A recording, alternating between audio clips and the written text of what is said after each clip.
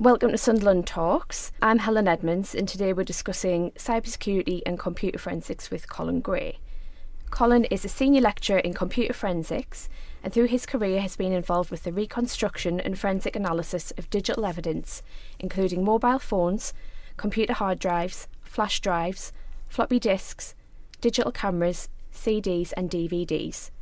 He's conducted numerous forensic network investigations and provided expert witness testimony in civil and criminal courts. So welcome, Colin. Good morning. Okay, so we'll start off nice and easy. We just want to know a little bit about your background and what made you decide to work in the field of cybersecurity and computer forensics. All right, Helen. Well, I served as a police officer for 30 years, going back to 1977. The majority of my police service was in the CID department, the Criminal Investigation Department. So I specialised within the Criminal Investigation Department, going into what was then the Fraud Squad, became the Economic Crime Unit. And then in 1994, Northumbria Police, who I was with, had their first investigation involving computers. And at that time, there was no response. We didn't have any technology available for us to do these investigations. So that's what really started off digital forensics, and we were actually the first force in the country to conduct a digital forensic examination. So I joined purely by chance the actual investigation related to the Fraud Squad, and then the Computer Crime Unit was set up within the Fraud Squad. So in 1996, I came on board.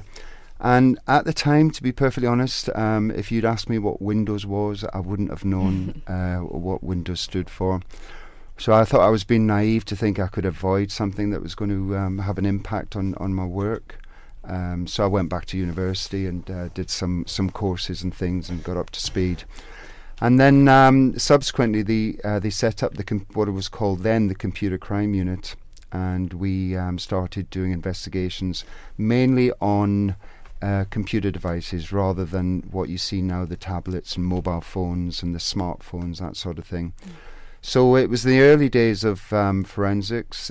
We did that, and subsequent to our setting up the Computer Crime Unit, the other forces follow suit, and as it is now, that every force has what's generally referred to as their high-tech crime unit now, because the high-tech crime unit will be split into computer forensics, mobile phone forensics, CCTV, because as you can imagine, in this country there's a lot of work comes with the CCTV, and how to produce that evidence for court purposes.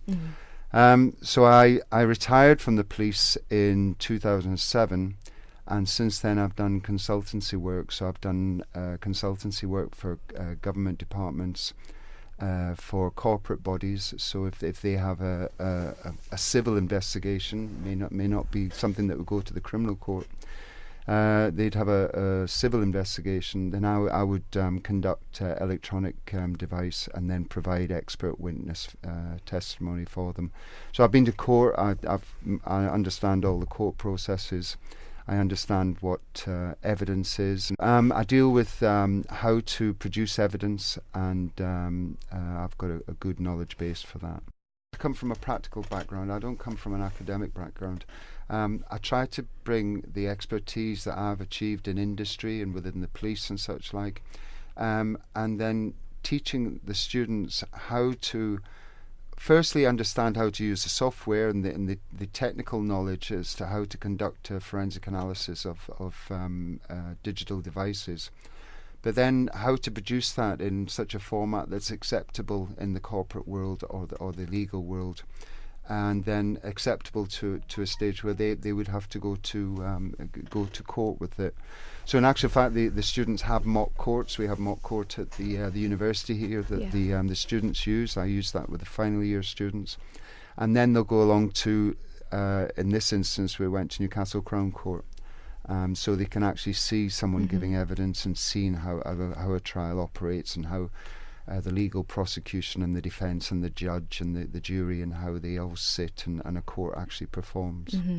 Which is really valuable, because if you ask me that, I wouldn't be able And tell you that. they enjoy it as well, because it brings Yeah. it home to them. Because it's very, there's some emotive subjects that you have to cover within computer forensics, as you imagine. Pornography is something you cannot avoid. If some of the students, for example, go off and do a placement with one of the police forces, or they subsequently get work within that field with the police, then the likelihood is, I think Northumbria Police, it was 52% of the examinations that you used to conduct related to illegal pornography of whatever description. So it's a motive subject. You have to deal with that. You have to look at the ethics of computer forensics. And then being able to put all that together so that they are then experts to stand in court and be able to deliver evidence that's acceptable. Yeah, that is really valuable for the students. We thought it would be interesting for our listeners if you could share some, like, a story of how you use technology to solve a crime. Yeah, I can get. There's many stories I can talk about. If I relate, I can relate to a particular murder inquiry that happened in Newcastle, where the couple, they actually met online, so they formed a relationship online, which is very often the case of a number of particular cases I've dealt with. So they formed this relationship, started conversing online, and then subsequently met up. And then they met. He was from further down the country, down south. She was based in Newcastle. So they met in Newcastle, and she decided she didn't want to continue the relationship, having met up, and he murdered her in Newcastle. So he was highlighted on CCTV within the area where the murder took place. He was then identified travelling through via the Tyne Tunnel, and then went to his home address. Well, obviously we start the investigation off. We'll conduct an examination of her computer because we're, trying to find out a little bit of background, what's been happening. We identify potentially who this person is, and he was subsequently arrested further down the country. Now, what he'd done is he decided to format his hard drive on his computer, because he must have thought to himself, well, the police will do an investigation, and if they come to me, they're going to find the material that's on my computer where I've been conversing with her and made this arrangement to meet her on a particular night that she was murdered. And so he formatted it, so he was arrested, his electronic devices were seized, and I conducted an examination of those devices. So using forensic techniques, I was able to show when he formatted it, I was able to show how he'd reinstalled his operating system on the device, and then I was able to reconstruct all the data that he thought he'd deleted when he formatted the drive. So I actually produced evidence to the effect of how they met, who he was talking to, when they arranged to meet in Newcastle, and it was pertinent to the date and time that the actual murder took place. Yeah. So, yeah, an example. There's many of those, but that's one, yes. Yeah, that's a good one, and nicely tied up at the end as well. One of the things that we were discussing before we started recording was the difference between cyber crime and sort of other crime where technology is used to solve it. So obviously the story you've just told was, a murder inquiry where you use technology to provide evidence. So it's not really a question, but I guess, what do you think the difference is? Is there a difference? It's difficult to define what is cybercrime, because if you went out in the world and asked people what cybercrime is, they would have different views. People would view cybercrime as using malicious malware to go onto somebody's website to obtain information from that, or go onto a merchant's, like a retail merchants who are selling items online, go onto their site and put a malware on there that will sit there, and all it's looking for is credit card numbers. So it's recording credit card numbers, and then it bangs them back out to people. It's one of the things I talk to students about, because there's what they call the payment card industry. This was an investigative industry that was set up by Dynascard and Barclaycard and Mastercard and people like that. And basically, if a merchant's had their site compromised, so they identify that credit cards details have been obtained from that site, they are then required to have an analysis done of their site, and then they have to introduce security. So when you talk about cyber security, it's talking about information security and how to secure your data. Or is cybersecurity trying to stop illegal activity that's happening globally? WikiLeaks, that sort of thing. Or potentially have the Russians have they been involved during the American elections when Donald Trump was elected? There are a lot of different aspects to cybersecurity. It's very difficult to police something. I use the word police in general rather than as an investigator. It's very, very difficult to police something such as the internet, because nobody owns the internet. So how do you police something that no one owns?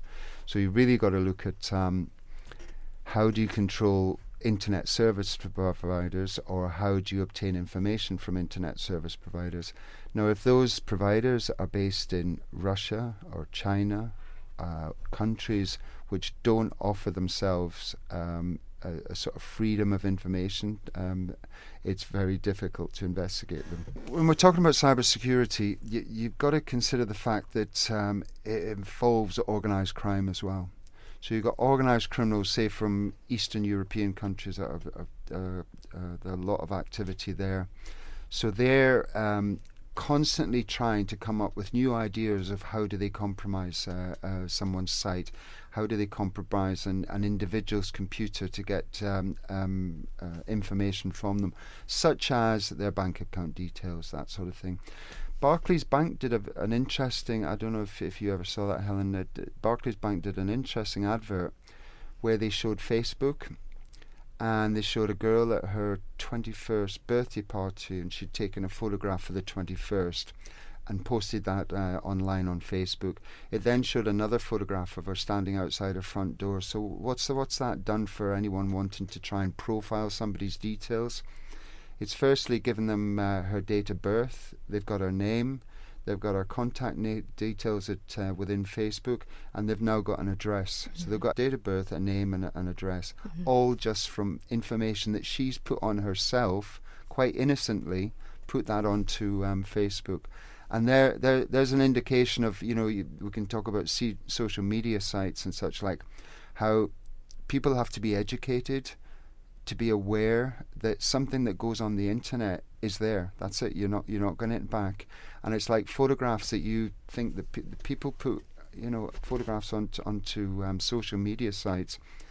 And the way to look at photographs is, if you weren't comfortable passing these around the dining room table, then you shouldn't be comfortable putting them onto your social media sites so that they're then available to go out in the big wide world. Yeah, that's good advice. I mean, I think, once it's on the internet, it's there. It is. You can't get it back. Yeah. Yeah. I spoke about illegal images before there, and the sad part about there's always a child that's been abused at the one end. I mean, there's a lot of discussions about the ethical aspects of that type of image, but it's a little bit like something that's been posted for a child that's out there on the internet that they can't get back, and then as they go through life, they have that knowledge base that their image is still on there, still out there, being viewed. Yeah. This is just for my interest. Why, with the internet, once something's out there, why can't you get it back? Because nobody controls it. I was going to say, is it linked into that? Because no one controls it, so all you have is the internet service providers. Yeah. But of course you also have internet service providers that are based in countries where you don't really have a lot of say in what's happening. What the police do in this country, for example, say there was an illegal site, because of course you've got the dark web as well that you've got to consider, where people hide their addresses, their internet addresses. But the police are out there. They do identify sites that have got illegal images or illegal material on there, and they'll close that site. However, what will happen is the people that have put the site up will just open up it again using a new web address.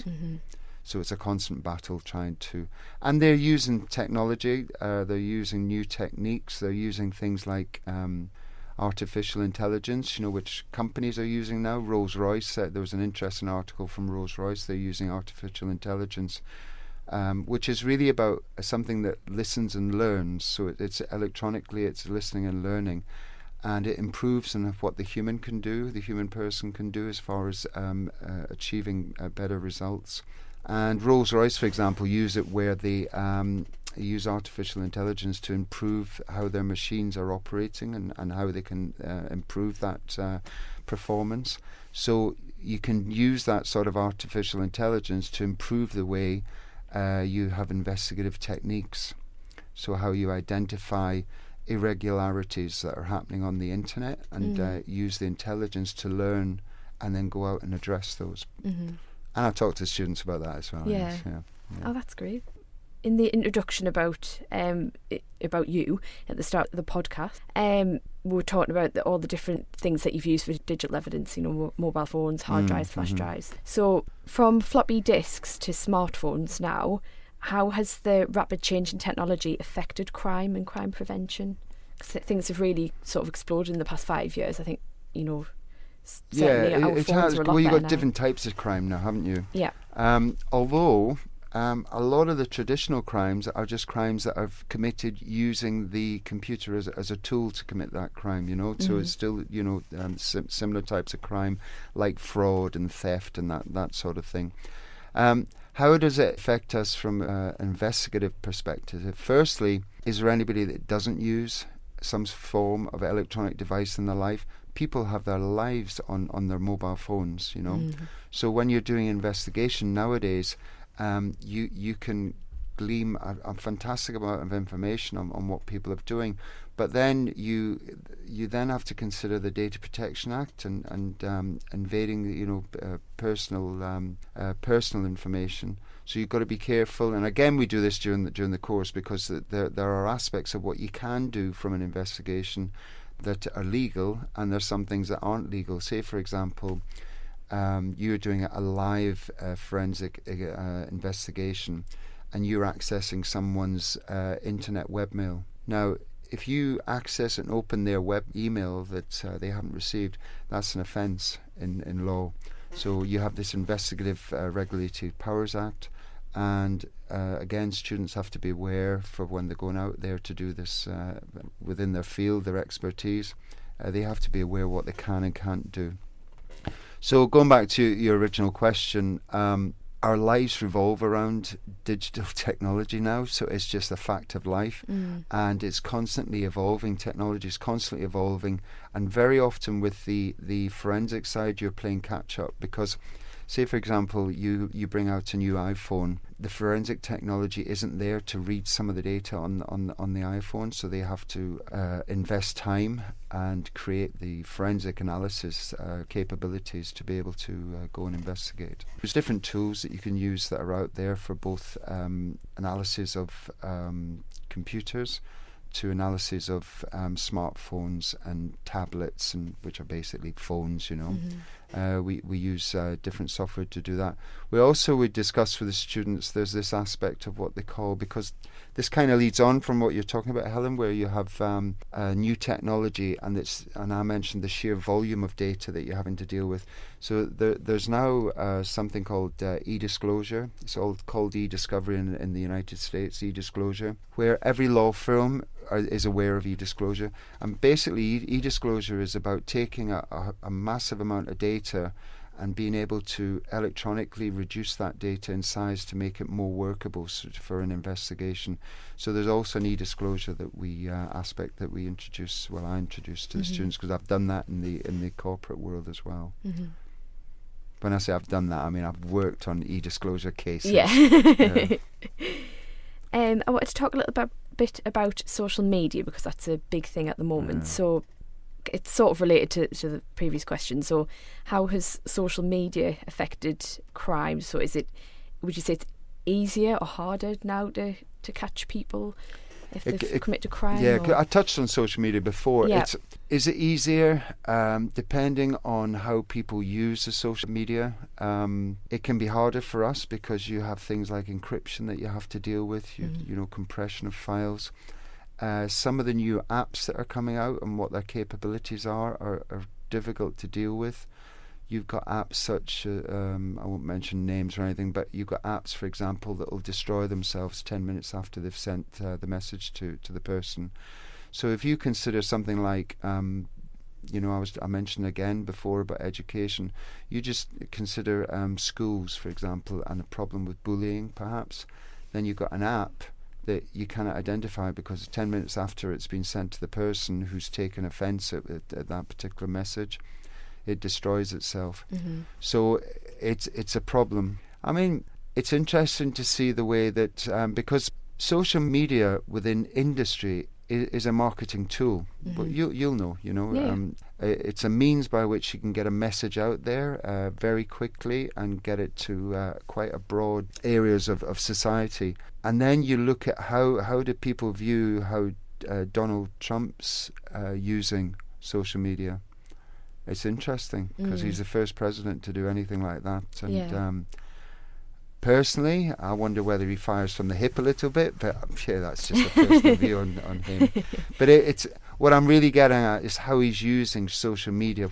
He's got something like 55 million followers on his Twitter account. So it's an interesting concept. Well, you only have to look how they've grown so quickly, you know, Facebook and Twitter and such like. Yeah. And the concept of them has been taken up by so many. Yeah. I think we're learning a lot more now as well. I think when the likes of Twitter first came out, you know, a lot of people signed up to it. Oh, this is a fun new thing.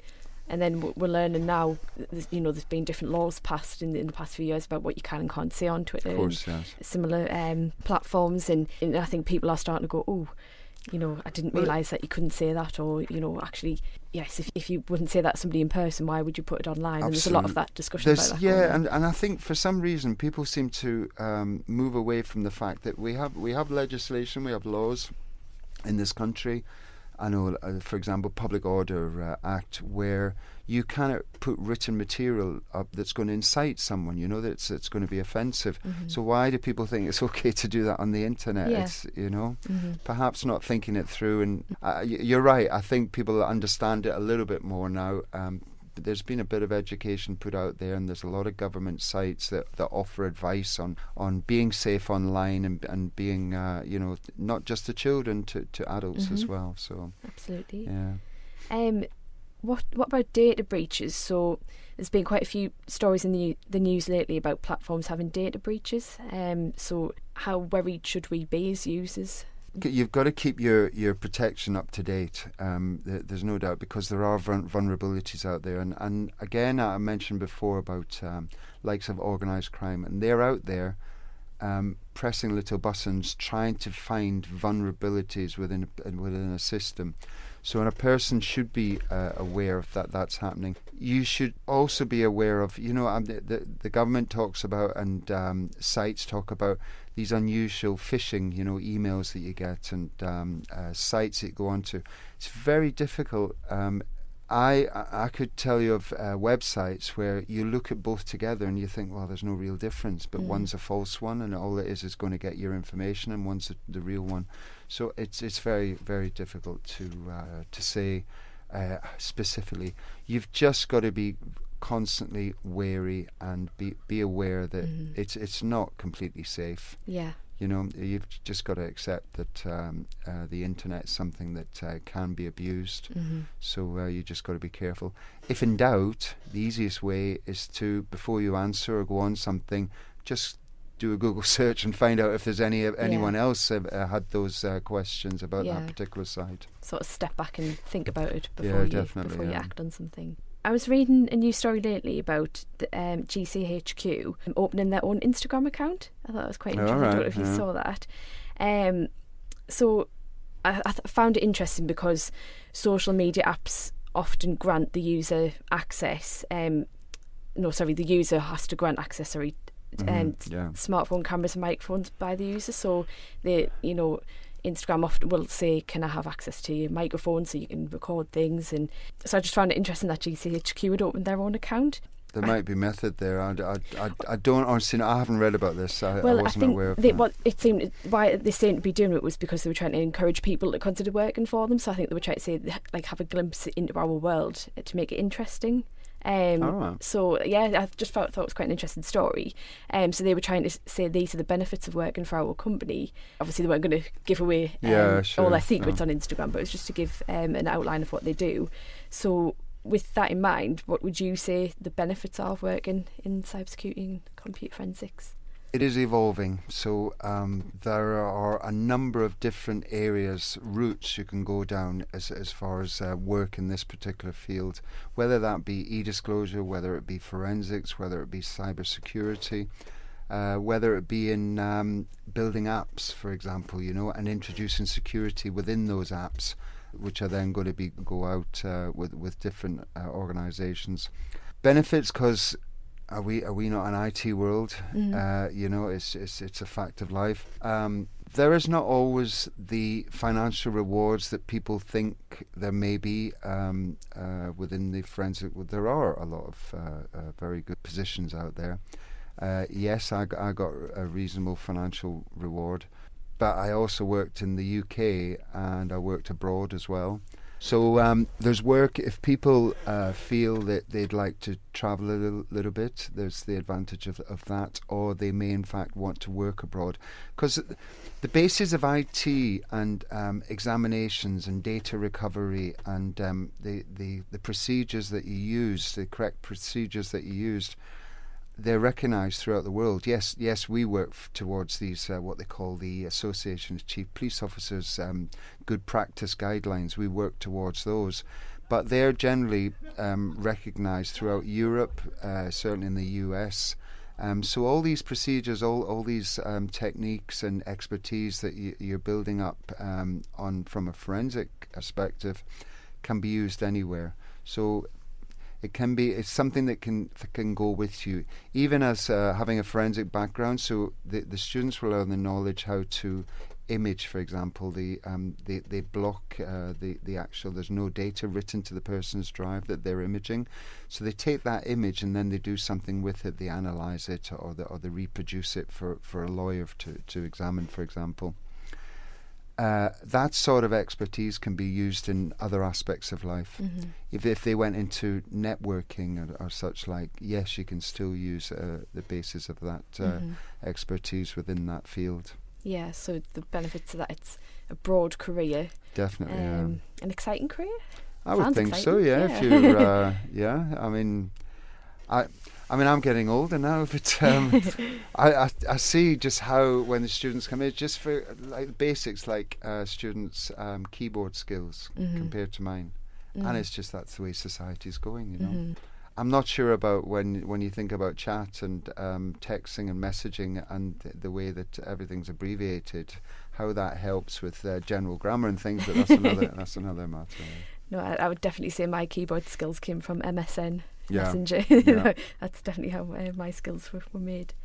We've sort of come to the end of the conversation, but we kind of wanted to finish with your tips about staying safe online. We've already kind of touched on it with social media, but what you would say your advice is? If when you look at something you think, is that right, then you should step back and have a better think about it. It's a bit like, going back to the old days when I was on the fraud investigation. Most frauds work on people's, there's a little bit of greed aspect to it. But if it's too good to be true, it isn't true, and it's very similar with using electronic devices. You've just got to be very careful. And if in doubt, search for it. It's things like people get phone calls and think, well, I don't recognize this number. Is it just somebody trying to contact me to obtain details, or where is it coming from? So the easiest way is just to go online and check the numbers, because very often they're reported online. Yeah, I do that quite often. If you get a call from a number which you don't recognise, Google it. There's loads of forums online that go, don't answer this phone number. That's right. And funny you mentioned forums, because that was going to be the final thing I said. The government have actually got some very good sites They've got sites, Keeping Safe Online, for example, where they'll have videos that are for children, Right. where they can watch actual videos and give them an insight into how to keep safe whilst online. Or you've got the CEOP, the government site, Child Exploitation Online. They have good information on there. So the government sites are very good because obviously they've addressed that there can be problems there. Yeah, that's great. Thank you very much for joining us, Colin. You're welcome. You're welcome.